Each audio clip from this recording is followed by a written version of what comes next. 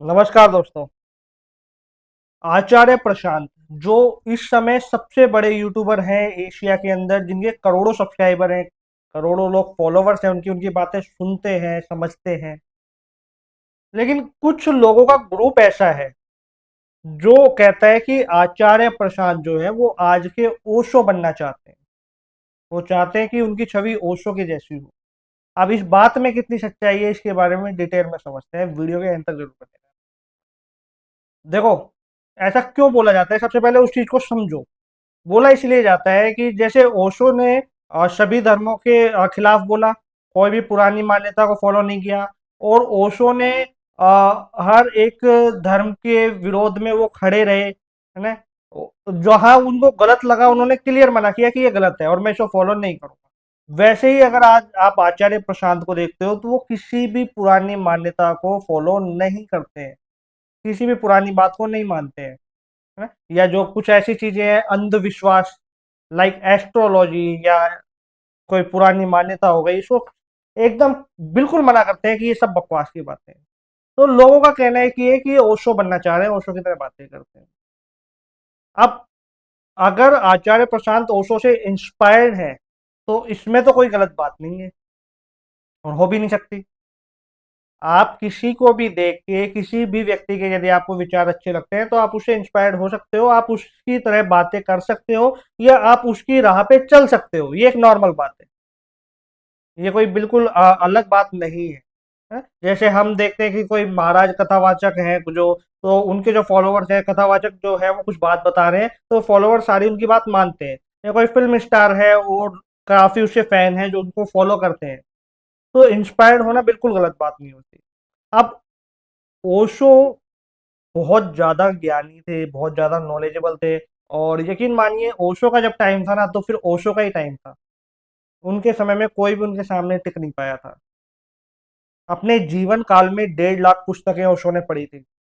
ओशो के बारे में यदि आपने डीपली जानना है तो उसकी वीडियो मेरे चैनल पे मिल जाएगी, जाके जरूर चेक करना। बहुत ही इंटरेस्टिंग बातें बताई गई है आचार्य रजनीश ओशो के बारे में। चलिए, अब आचार्य प्रशांत की हम बात करें तो आचार्य प्रशांत भी बहुत ज्यादा नॉलेजेबल है। बहुत ज्यादा वो पुस्तकें पढ़ते हैं, लिखते हैं। ऐसा नहीं है कि वो कोई भी पाखंडी बाबा की तरह आके बैठ जाएंगे और कुछ भी बताने लग जाएंगे। वो हर एक बात का साइंटिफिक प्रूफ भी देते हैं और निश्चित देते हैं। ऐसा बिल्कुल नहीं है कि उन्होंने कोई भी हवा में बात कर दी कि हाँ आसमान में कोई ऐसा है जो आपको नचा रहा है, आपके ग्रह ऐसे काम कर रहे हैं, वैसे काम कर रहे हैं। वो इन चीजों के ऊपर बात नहीं करते हैं, वो एकदम तार्किक बात करते हैं और वेरीफाइड बात करते हैं। ओशो जो थे ना, ओशो हर एक टॉपिक के ऊपर बोलते थे। और ओशो के मोस्टली जो विचार थे वो उनके स्वयं के खुद के ही थे, या हम ये कह सकते हैं कि ओशो के सारे विचार खुद ही के थे, है ना। ओशो को अगर जहां कुछ गलत लगा वो गलत लगा, उन्होंने क्लियर मना किया। आचार्य प्रशांत के बहुत सारे विचार खुद के हैं, सारे नहीं बहुत सारे विचार। लेकिन वो प्रमोट किसको करते हैं, वो प्रमोट करते हैं गीता को, उपनिषद को, वेदांत। वो वेदांत पढ़ाते हैं, गीता पढ़ाते हैं और उनको ज्यादा वो प्रमोट करते हैं।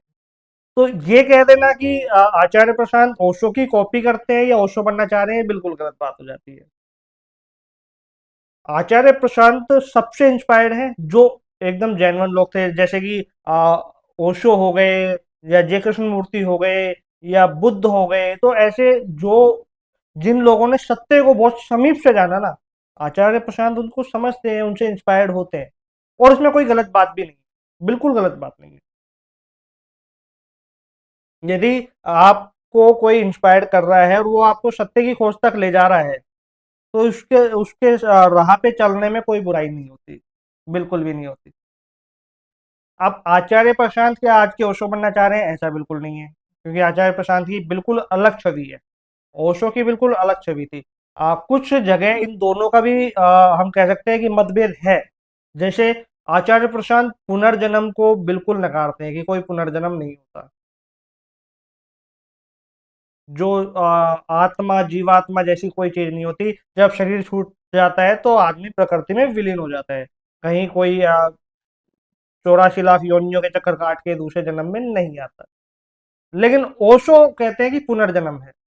ओशो कहते हैं कि मैं जब भी अपने आप को देखता हूँ अपने पिछले जन्मों में, तो हमेशा एक सन्यासी के रूप में ही खड़ा पाता हूँ। तो इसका साफ मतलब है कि ओशो जो है वो पुनर्जन्म में बिलीव करते हैं, लेकिन आचार्य प्रशांत पुनर्जन्म में बिलीव नहीं करते।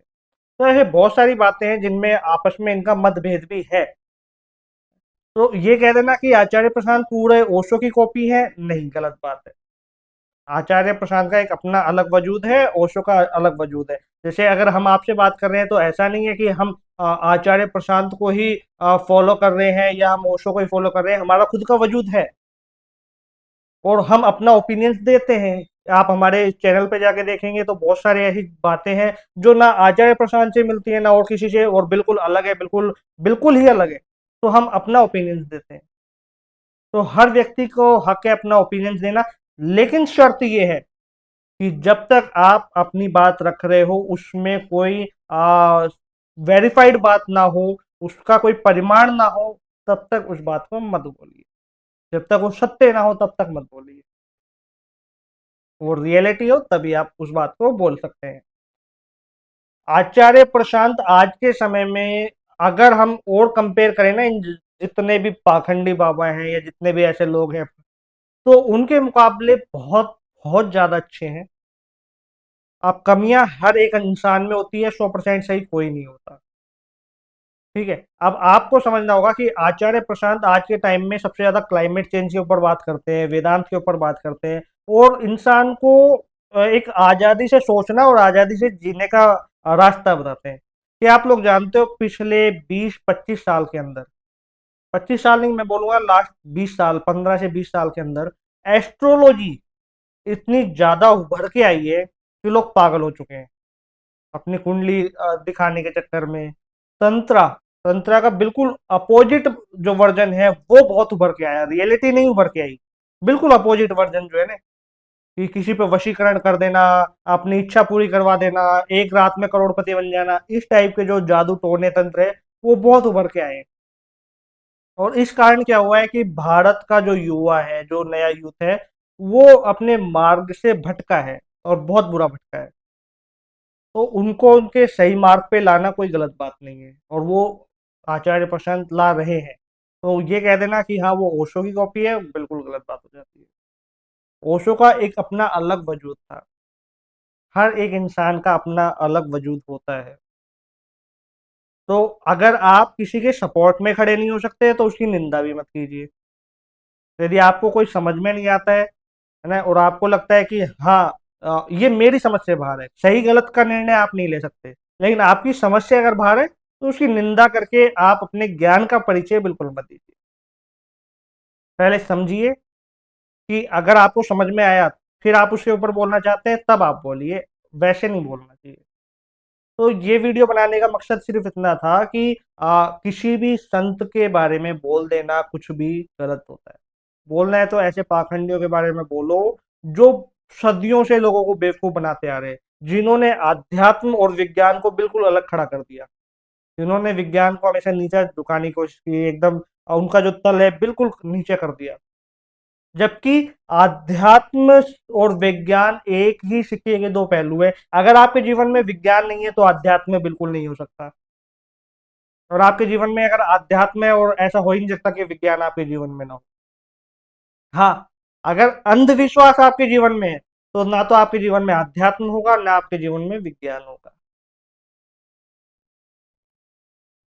तो जो भी कथावाचक या जो भी कोई पाखंडी बोले कि भाई विज्ञान की कोई औकात ही नहीं है आध्यात्म के सामने, तो वहीं उठ के चले जाना, ये समझ जाना कि ये रॉन्ग नंबर है, ये आपको बेवकूफ बना रहे हैं। क्योंकि ऐसा हो ही नहीं सकता कि आध्यात्म और विज्ञान दोनों एक दूसरे से अलग हो, ये एक ही सिक्के के दो पहलू हैं। अगर आप अंदर से आध्यात्मिक हैं तो यकीन मानिए आपके जीवन में विज्ञान का बहुत बड़ा महत्व होगा, और यदि आप विज्ञान को फॉलो करते हैं तो आप भीतर से बहुत ज्यादा आध्यात्मिक होंगे। लेकिन अगर आप अंधविश्वासी हैं तो ना आप वैज्ञानिक रूप से सोच पाएंगे और ना ही आप एक आध्यात्मिक व्यक्ति बन पाएंगे। आशा करता हूँ आपको ये वीडियो अच्छा लगा होगा। वीडियो अच्छा लगा हो तो शेयर जरूर कर देना। नमस्कार।